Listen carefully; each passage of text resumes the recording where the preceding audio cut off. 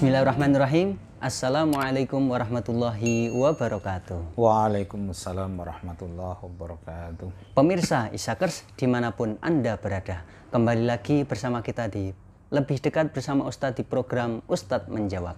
Program ini menjawab pertanyaan-pertanyaan populer, tentu bersama guru kita tercinta, Al-Ustadz Dr. Haji Abdul Matin bin Salman LCMAG. Langsung saja kita langsung menyapa dan langsung menanyakan. Assalamualaikum Ustadz. Waalaikumsalam warahmatullahi wabarakatuh. Gimana ini kabarnya Ustadz? Alhamdulillah Mas Ayas sehat. Ya, Bebas corona insya Allah ya. Alhamdulillah. Iya Ustadz. Amin amin amin. Amin. Saya sowan ke sini mau bertanya Ustadz. Oh ya, apa itu Mas Ayas? Ini pertanyaan muncul dari saya sendiri, tetapi mungkin barangkali juga bisa ditanyakan oleh para pemirsa gitu Ustadz. Jadi bagaimana berbakti, cara berbakti kepada orang tua yang sudah meninggal begitu Ustadz. Kira-kira pertanyaannya seperti itu Ustadz. Mohon arahan nasihatnya Ustadz gitu. Baik. Mas Ayas orang tuanya sudah? Iya Ustadz. Ibu sudah meninggal. Iya Ustadz. Ya, terus kemudian bagaimana cara kita berbuat baik kepada beliau? Betul ya. Ustaz. Ya.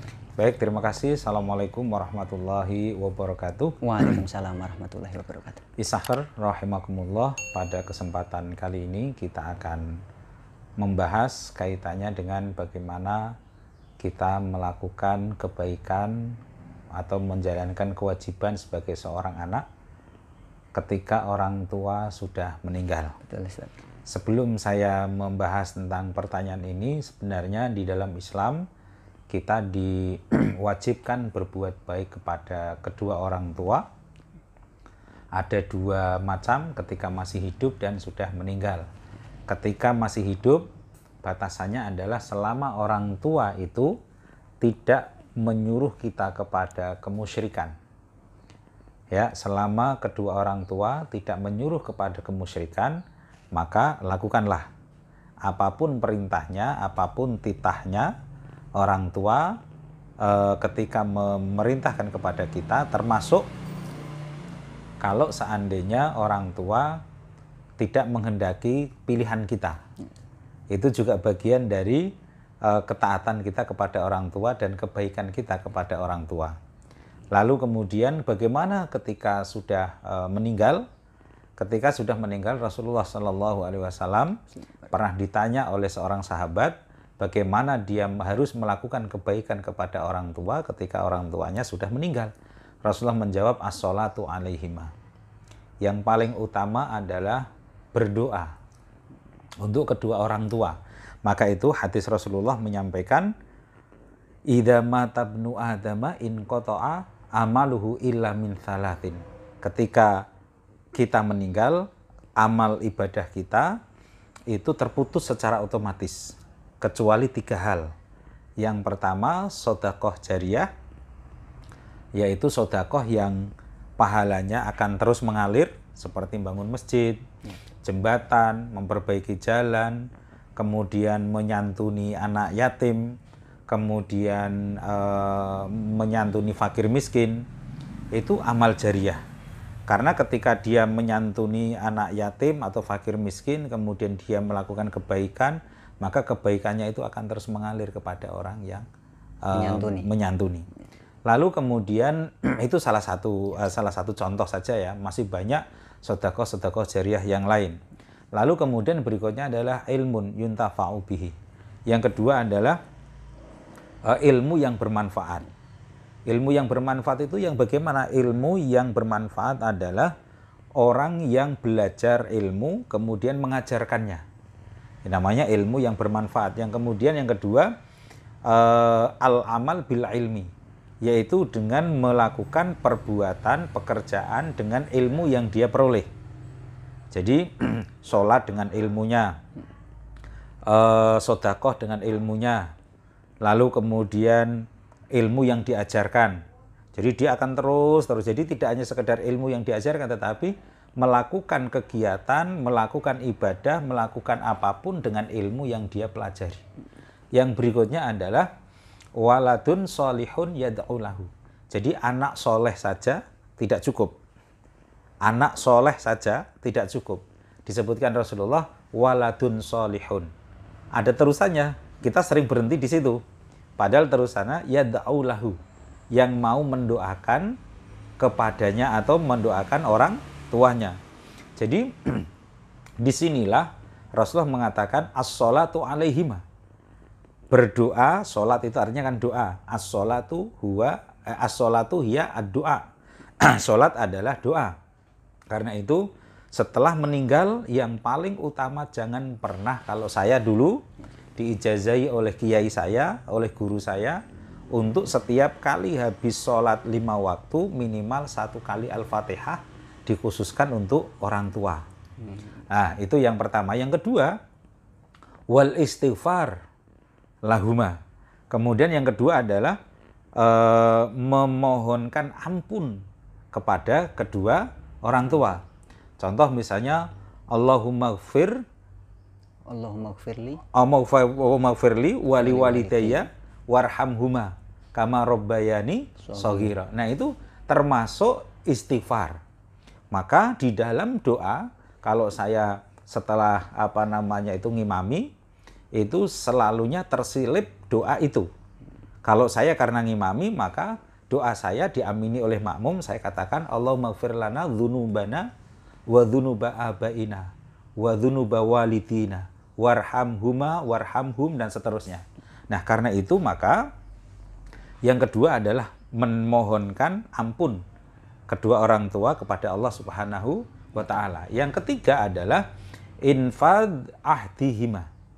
Jadi menyelesaikan apa yang sudah menjadi nadar atau janji atau kebaikan-kebaikan yang sudah diniatkan oleh kedua orang tua harus kita laksanakan dulu.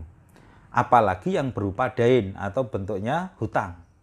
Maka selalu kita sampaikan haram hukumnya ahli waris membagi harta warisan selama hak dan kewajiban atau kewajiban mayit tidak terselesaikan atau ya tidak terbayarkan. Sehingga kalau contoh misalnya nih, ibunya Mas Ayas sudah meninggal, lalu kemudian mudah-mudahan tidak ya, mudah-mudahan tidak punya hutang, lalu kemudian misal kemudian ibunya punya hutang atau meninggalkan hutang, kemudian hutangnya belum dibayarkan, belum dilunasi, tetapi hartanya sudah dibagi. Jadi itu sementara hutang ibunya dilupakan. Harta yang dibagi, tirkah atau warisan, ya, harta warisan yang ditinggalkan pertama kali harus digunakan untuk melunasi hutang.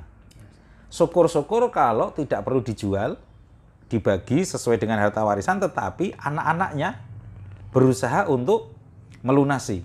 Syukur-syukur kalau anak-anaknya sudah kuat semua, mapan semua, harta yang ditinggalkan oleh orang tua diwakafkan untuk kepentingan umat atau kepentingan publik jamaah. Lalu kemudian seperti apa dalilnya? Dalilnya adalah ketika Rasulullah didatangi oleh seorang sahabat, dia katakan, ya Rasulullah, inna ummi iftalatat. Ya Rasulullah, ibu saya meninggal. Tetapi saya tahu bahwa ketika ibu saya yakin bahwa ketika ibu saya masih hidup dan ada ada orang yang sedang membutuhkan, saya yakin ibu saya pasti akan membantunya. Lalu bagaimana saya membantu ibu saya agar ibu saya keinginan ibu saya itu terlaksana? Apakah boleh saya mensedekahkan sebagian hartanya atas nama ibu saya yang sudah meninggal? Kata Rasulullah, lakukanlah jika kamu yakin bahwa ibumu adalah orang yang senang bersedekah. Jadi bersedekah itu menepati janji atau menyelesaikan urusan orang tua, tidak hanya yang terbatas pada yang bersifat wajib. Tadi hutang macam ya. Tetapi kalau ada keinginan orang tua yang kira-kira orang tuanya itu misalnya begini, Mas Ayas. Ini ada pembenahan masjid. Tapi sampan tahu bahwa ibu sampan mesti ketika ada pembangunan masjid itu mesti yakin bahwa ibu sampean mesti bantu. Mesti akan menyumbang. Nah, lakukanlah itu dan atasnamakan ibunya. Boleh. Walaupun sudah meninggal. Walaupun sudah meninggal. Dan itu yang meninggal, orang tua, tetap mendapatkan Oh, iya. pahalanya. Iya. Kata Rasulullah kan, maka lakukanlah untuk ibumu. Nah, karena itu bersedekah untuk orang yang sudah meninggal, atas nama orang yang sudah meninggal, diperbolehkan. Dengan hadis yang tadi. Nah, lalu kemudian berikutnya, selain kewajiban-kewajiban tadi, tidak boleh menjual harta warisan sebelum dilunasi, ya, sebelum diselesaikan urusan si mayit. Yang berikutnya tadi adalah melakukan kebaikan-kebaikan yang sudah pernah dilakukan oleh si mayit. Termasuk diantaranya apa? Diantaranya adalah al-ihsan ila sadiqihima. Jadi berbuat baik kepada teman-teman, saudara-saudara dari ibu atau bapak yang sudah meninggal. Jadi silaturahim. Yes. Kalau misalnya ibunya punya teman baik sekali, jangan diputus. Tetapi berbuatlah baik kepada teman ibu. Kalau punya saudara, kakak atau adik atau keponakan atau saudara-saudara yang dulu dekat dengan ibu, lakukanlah kebaikan itu. Itulah hak, itulah kewajiban atau bagaimana cara kita melakukan kebaikan kepada orang tua yang sudah meninggal. Gitu Mas Ayas. Bisa. Kalau tadi yang disampaikan Ustadz itu, kalau misalkan bersedekah atas nama ibu atau orang tua yang sudah meninggal, tetapi itu sepenuhnya harta dari hasil, misalnya dari hasil kita sendiri itu Ustadz. Tapi niatnya kan untuk ditujukan kepada orang tua sudah meninggal. Apakah kita juga ikut mendapatkan pahalanya begitu Ustadz? Ya, manfaatnya? baik. Orang tua mendapatkan pahala dari cara beliau mendidik kita. Mas Ayas punya hati yang baik, punya akhlak yang bagus. Siapa yang mendidik, siapa yang mengajari? Kan orang tua. Ya, orang tua mendapatkan pahala dari situ. Karena kebaikan orang tua, karena pendidikan orang tua, maka Mas Ayas selalu mengingat kebaikan orang tua. Karena itu, orang tua mendapatkan nilai kebaikan dari kebaikan yang dilakukan oleh anaknya. Sekali lagi, orang tua akan mendapatkan nilai kebaikan dari kebaikan yang dilakukan oleh anaknya. Itu satu. Yang kedua, bahwa Rasulullah pernah menyampaikan di dalam hadis, seorang sahabat dulu, karena pernah saya ceritakan ya, seorang sahabat mengatakan bahwa, ya Rasulullah, saya main ke rumah anak saya. Saya mengambil sebagian dari makanan dari rumah anak saya. Tetapi nampaknya anak saya tidak ridho. Lalu kemudian sahabat tadi datang kepada Rasulullah dan mengadukan permasalahan kepada Rasulullah. Singkat cerita bahwa Rasulullah datang kepada anak sahabat tadi, lalu kemudian diambil kerah bajunya, lalu didorong dengan kerah bajunya itu, dia katakan, Rasulullah sampaikan kepada anak itu, anta wa maluka li abika.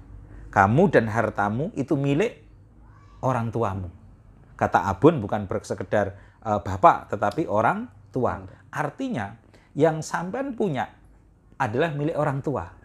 Jadi, bukan harta sampean murni. Jadi, yang pertama tadi, apakah orang tua, apakah ketika kita bersedekah atas nama orang tua, itu orang tua dapat pahala, kita dapat pahala. Ya, yang pertama, orang tua dapat pahala 2. Pertama, pahala karena anaknya berhasil dididik untuk menjadi anak yang soleh, yang mau mendoakan orang tuanya. Itu 1. Jadi hasil didikannya dia dapat pahala. Ilmu yang bermanfaat tadi. Ilmu yang bermanfaat, betul. Ya. Yang kedua, harta yang kita miliki pada dasarnya adalah juga milik orang tua. Walaupun hasil dari gaji kerja kita betul, misalnya gitu. Betul. Kalau melihat sejarah yang disampaikan oleh Rasulullah, yang disampaikan di dalam peristiwa Rasulullah dengan sahabat tadi, maka meskipun anaknya itu bekerja dengan keringatnya sendiri, tetapi ketika dia gede, itu yang buat gede siapa? Orang tua. Orang tua. Lah karena itu Rasulullah katakan anta wa maluka li abika. Hakikat yang kita punya ini ya adalah secara apa namanya ya, nasab, bahwa itu milik orang tua. Jangankan harta, diri kita sendiri adalah milik orang tua. Sehingga ketika kita menginfakkan harta kita untuk atau atas nama orang tua, pada dasarnya itu juga adalah harta orang tua. Maka sahabat tadi mengatakan, bagaimana saya berbuat baik kepada ibu saya, sementara saya tahu bahwa ibu saya pasti akan menyumbang ketika beliau melihat ada orang atau ada apa namanya kelompok yang membutuhkan sumbangan. Maka kata Rasulullah, berikan harta atas namakan orang tuamu. Gitu Mas Ayas. Alhamdulillah. Jadi tidak ada ruginya ya Ustaz ya. Oh ya. Ada banyak cara bagaimana kita bisa berbakti kepada orang tua walaupun sudah meninggal Ustaz. Betul. Ya. Dan sampean ketika bersedekah atas nama orang tua pun juga mendapatkan pahala, karena pada hakikatnya yang sampean infakkan juga hasil keringat sampean, meskipun secara keseluruhan ya, itu juga di dalam Islam adalah harta orang tua. Karena adanya saya misalnya itu ya, juga, kalau nggak ada orang tua kan nggak bisa. Betul. Gitu ya, Iya. Ya, terima kasih Ustadz atas jawabannya. Nah, semoga Ustadz selalu dalam keadaan sehat. Amin. Amin. Ya. Oke, baik. Terima kasih pemirsa. Mungkin itu pertanyaan yang muncul dari saya, tetapi juga pemirsa barangkali juga bisa menyimak video ini, khususnya bagi pemirsa yang orang tuanya sudah tidak ada, sudah meninggal. Nah, ini simak video ini untuk melihat bagaimana cara berbakti kepada orang tua. Terima kasih. Jangan lupa tonton video ini, like, komen, dan subscribe. Dan jangan lupa share informasi ilmu yang bermanfaat ini. Terakhir, kami mengajak pemirsa bagi yang ingin ikut andil dalam pembangunan pondok tahfidz, pondok pesantren tahfidz yang informasinya ada di bawah ini. Sekian, wassalamualaikum warahmatullahi wabarakatuh. Waalaikumsalam.